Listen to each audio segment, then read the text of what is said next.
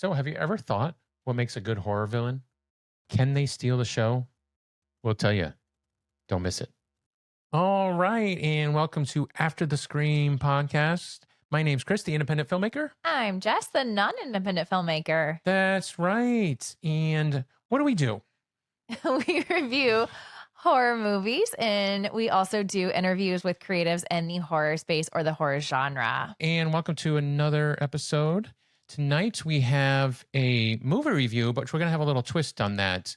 It's like, can you really hate a villain once you know his side or her side? Her side, yeah. As well. So we're going to dive into being a villain on a movie. And we're going to use a movie that we just saw just a couple weeks ago called Bad Haircut. And this comes to me from a friend from TikTok. Good old TikTok. Yeah, good old TikTok. we kind of we started talking on TikTok, and he's the lead actor in this film.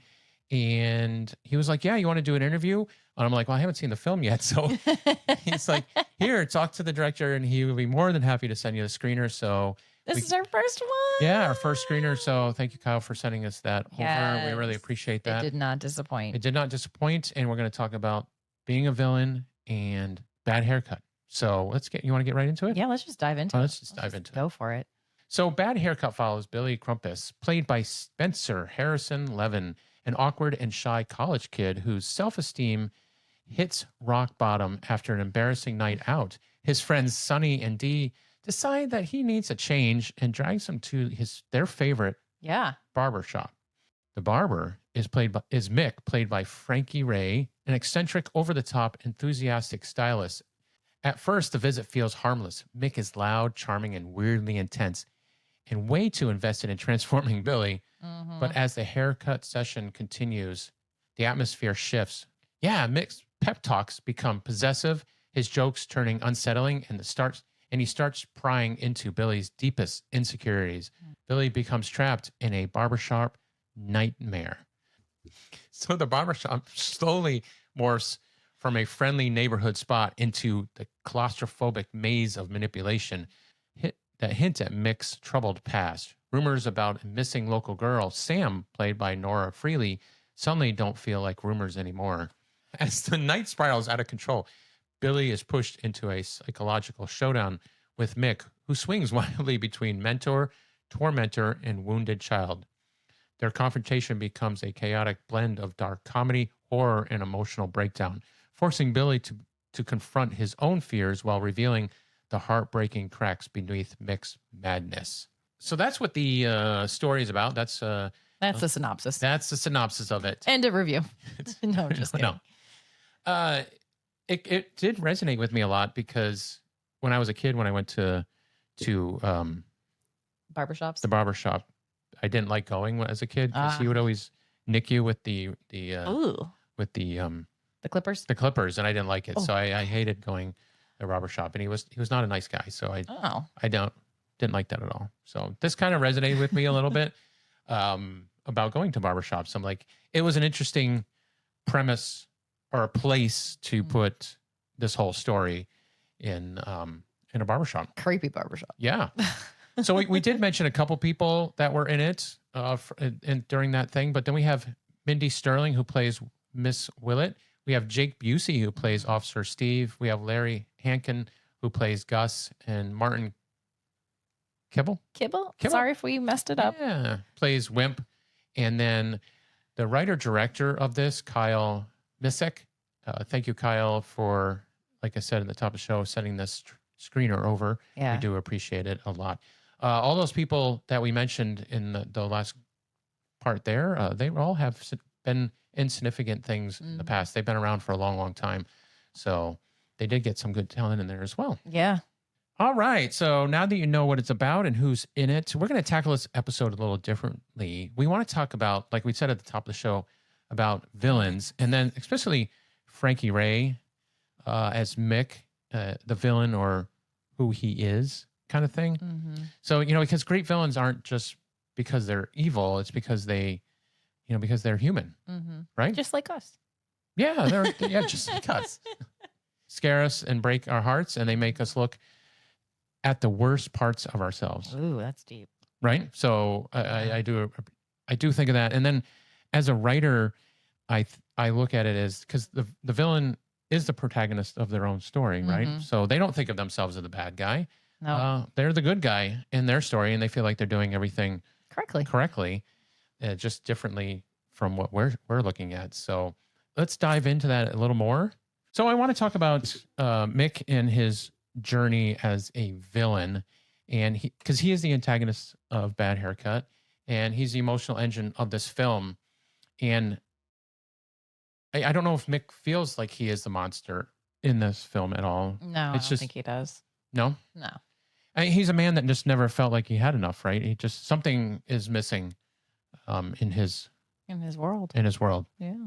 That makes him terrifying and also heartbreaking at the same time. Because I really liked how they took this film. Like, they took Mick right on the line there. You wanted to follow him. He wasn't a straight out horror villain. He was somebody that had depth and Charisma and really something going on behind that mask mask. that he is putting up, right? Yeah, it's like you don't realize how unhinged he is until you start breaking it down. And like the longer you're in the scene with him, or like the longer you're in his presence, you slowly start to see like these masks come down. You do. He starts to reveal who he really is. Yes. And he is someone that wants to matter, right? Yeah, I definitely think he's somebody that wants to matter, because it's, as you go through his story and his journey, you start to feel that empathy or that sympathy for him, because, he's just this truly kind of lonely guy.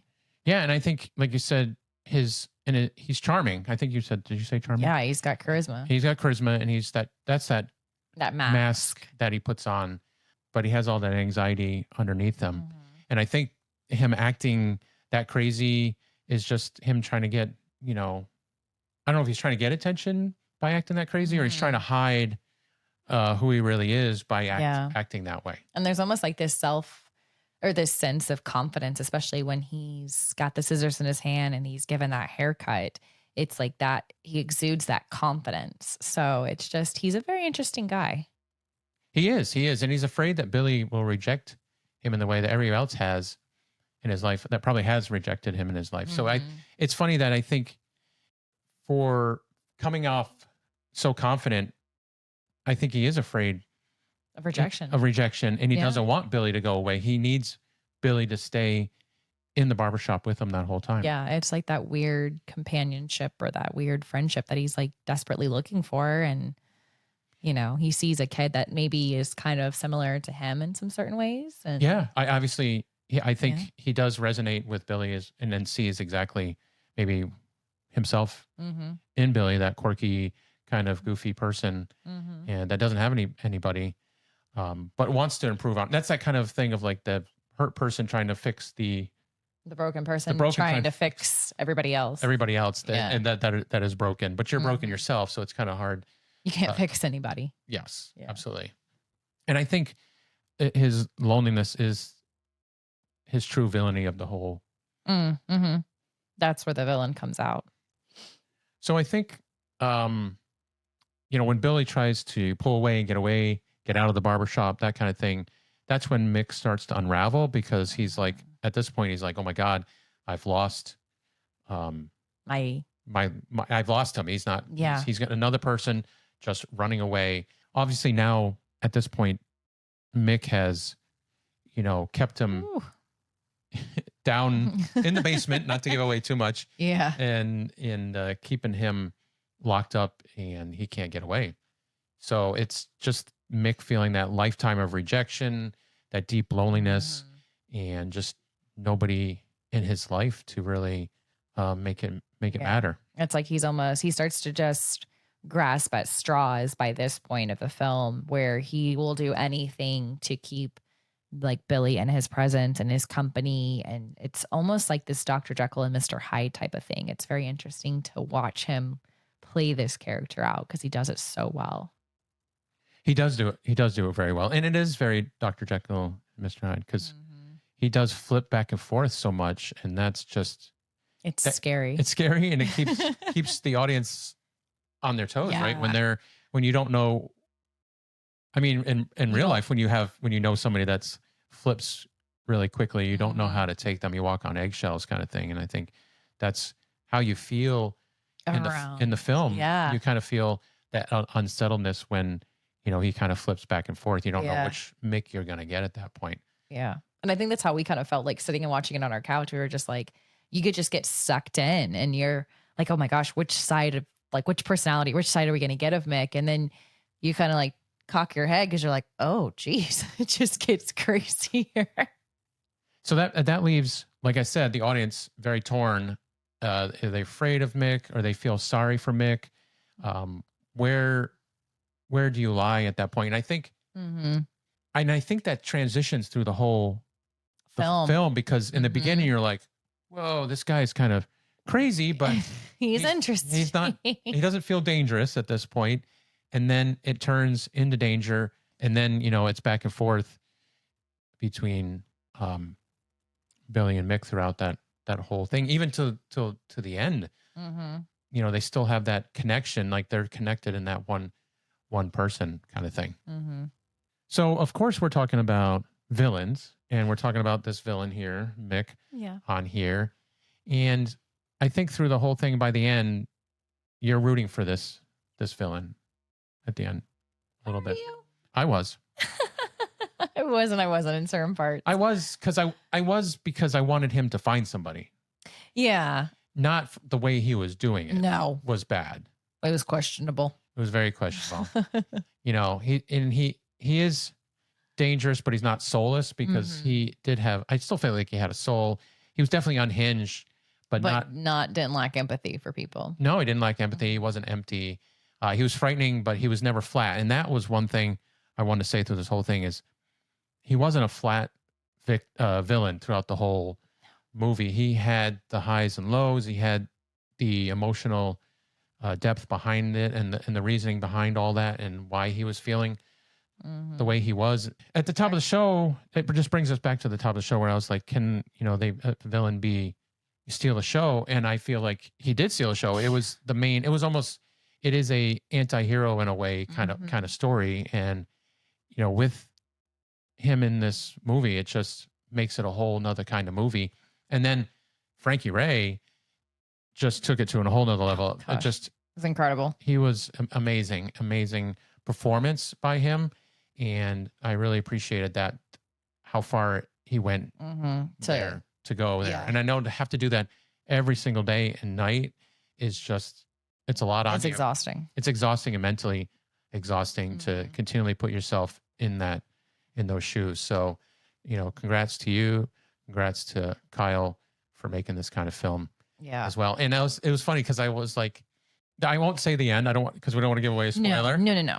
But, and this is a fun fact because I want to do a fun fact that the director and Frankie Ray, they're hoping that it becomes a cult classic down the road. And I can see that. I see that. I really enjoyed Frankie Ray as Mick. And I think Mick is one of those iconic characters that you could continue on.